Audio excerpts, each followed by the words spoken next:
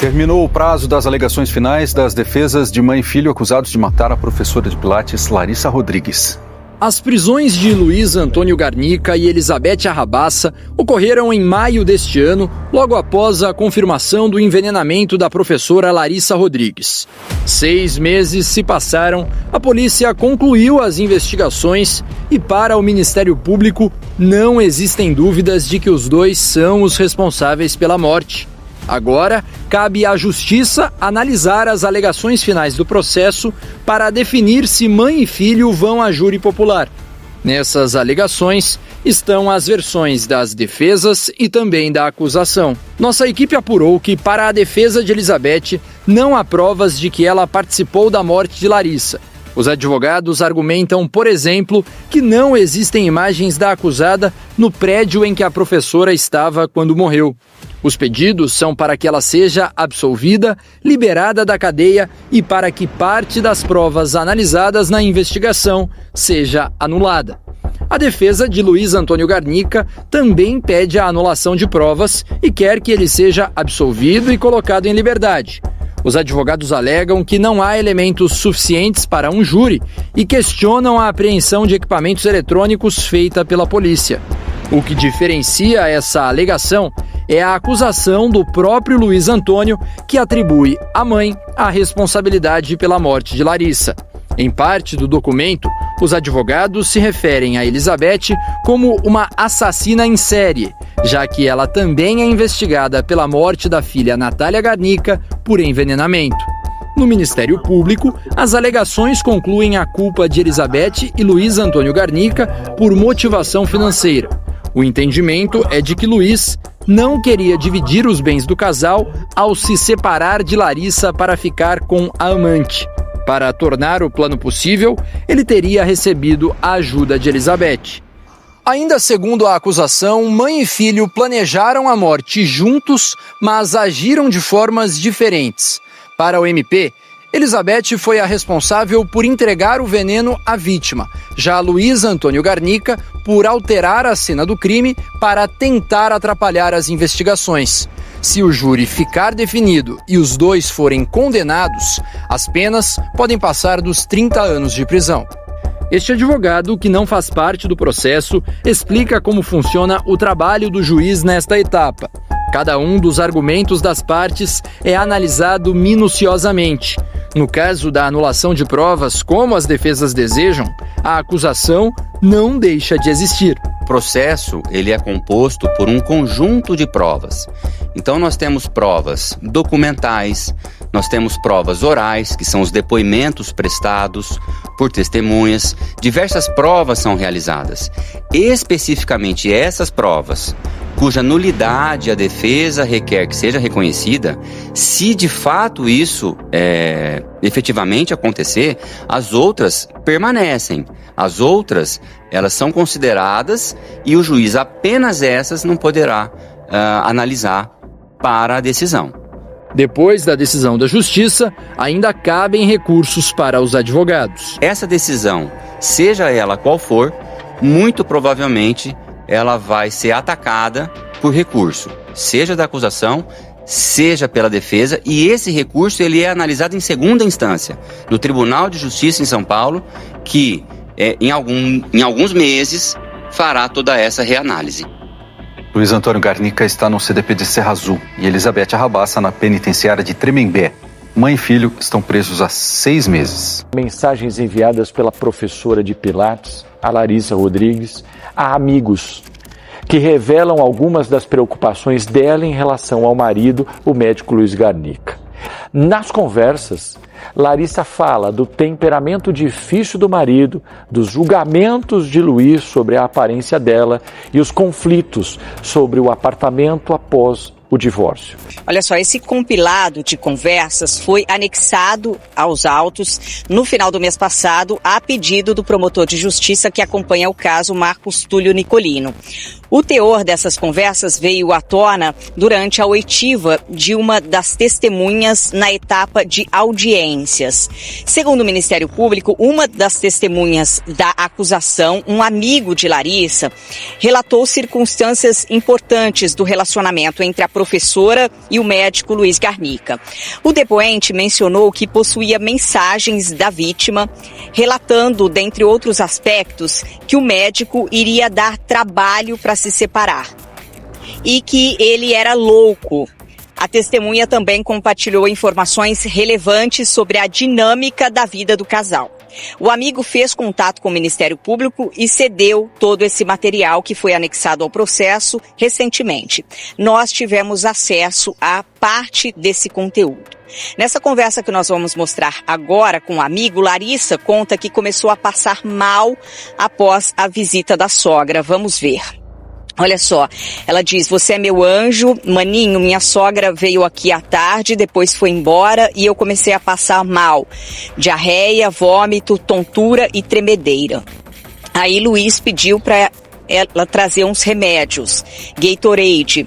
Ela veio trazer, cuidaram de mim. Eu tomei banho, tô deitada. O amigo responde: nossa, maninha. E ela continua: não tenho condições de ir no centro hoje, mas estou melhorando. E ele responde: sim, sem problemas, você tem que descansar. E ela fala: vou ver se como uma canja. Luiz vai pedir para mim. É o mínimo ele cuidar de mim agora, né? Mas vou ficar deitada para melhorar. Mas tá tudo bem, viu? Ela diz pro amigo. Ainda para o mesmo amigo, Pagliani, ela afirma que não deixaria o apartamento após o divórcio. Ao final, ela compartilha uma foto chorando. A gente vai ver esses trechos. Ela diz: ele disse que precisava falar com ela. Ah, me poupe, que me ama, quer ficar comigo, que eu não preciso perdoar ele agora. Enfim, muita coisa. Não arredo o pé daqui. Pandora se escondeu, se referindo à cachorrinha do casal, na briga, tadinha. Maninho, continua aqui. Se ele não quer sair, fique. Vamos ficar aqui até o prédio desmoronar. Eu que não saio para ele botar, se refere à mulher, à amante, no apartamento. Eu já pedi para conversar amanhã com a mãe dele. Larissa continua: maninho, não tem chance, né? Impossível confiar de novo. Vou procurar advogado essa semana e ver o que ele fala. Eu amo muito ele, tô despedaçada. E ela responde: não, eu falei que estava lá na porta a uma conversa anterior dos dois. E ele diz: eu sei, maninha, com certeza, mas você precisa se amar primeiro, parar, pensar, colocar tudo na balança. O amigo conforta a Larissa ali, depois ela responde: sim, maninho, já não sei o que é isso há muito tempo, e manda uma foto chorando. Tô chorando de dó dele, tá dormindo no sofá de 2 lugares. A Larissa ainda preocupada que ele estava dormindo nesse sofá.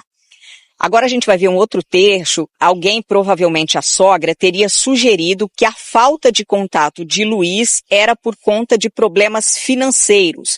Ou seja, a falta de contato com ela era por conta de problemas financeiros. Não fala porque ela vai falar. E aí pronto.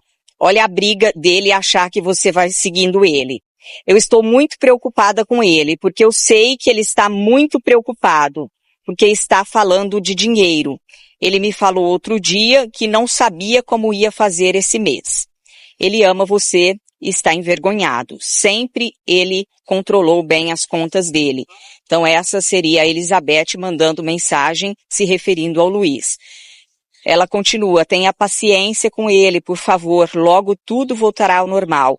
Ele ganha bem, menos no postinho, mas é o que está tendo. Dizendo ali para Larissa ter calma, que tudo ia se acertar. Ela disse que ele estava afastado um pouco dela por conta de dinheiro, mas que tudo ia se acertar. Nessa conversa, no ano passado, Larissa comenta os julgamentos de Luiz sobre o corpo dela.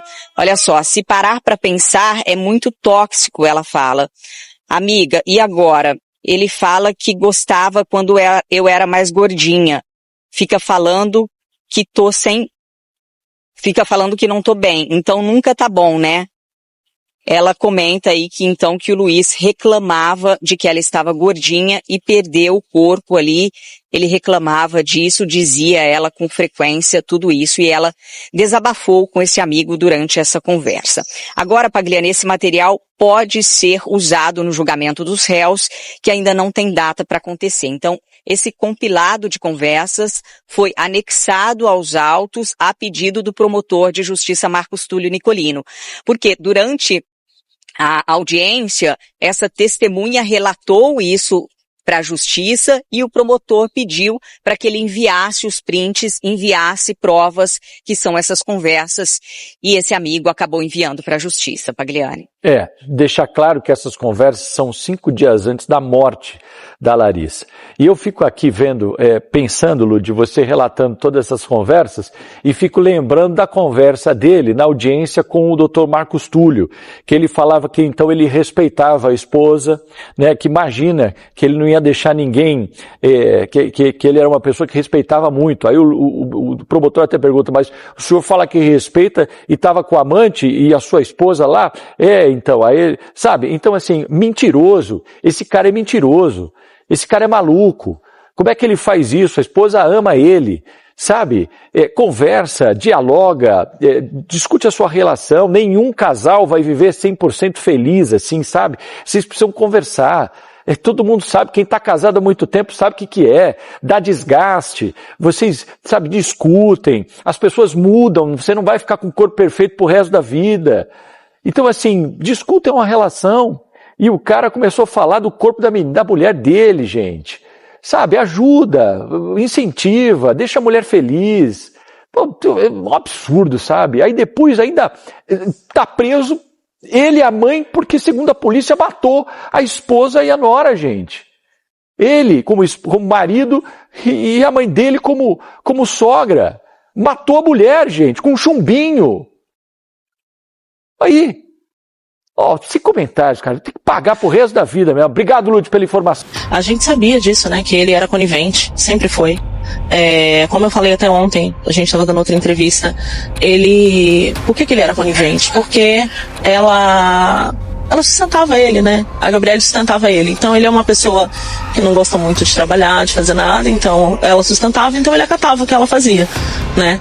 E a Gabriele era obcecada pelo meu sobrinho, isso era claro, porque assim, entre a Laís e o Lucas não tinha mais nada, a Laís já estava com outra pessoa já há muito tempo, ela nem tinha interesse mais, a única relação dela mesmo era por causa da Alice, a única questão com eles foi por questão de pensão mesmo, depois a Gabriele veio a pagar pra você ver a obsessão, e você vê pelas fotos, ela botava roupa de mãe e filha, colocava que a Alice era filha dela nas redes sociais, e não era. Então assim, ele foi conivente sim, inclusive ele foi conivente nessa questão desse processo de tentar tirar guarda. Ele fez, junto com ela, uma outra certidão para Alice, então a gente sempre tinha esse receio, né? Eu lembro, minha mãe ainda era viva, a gente comentava isso, que, caramba, o nosso medo era que ela, a Gabriele, tentasse de fato fazer alguma coisa com a Laís, ou levar a Alice, em algum momento que, como a Alice visitava a casa deles, então dela sumir, deles pegarem e sumirem com a menina.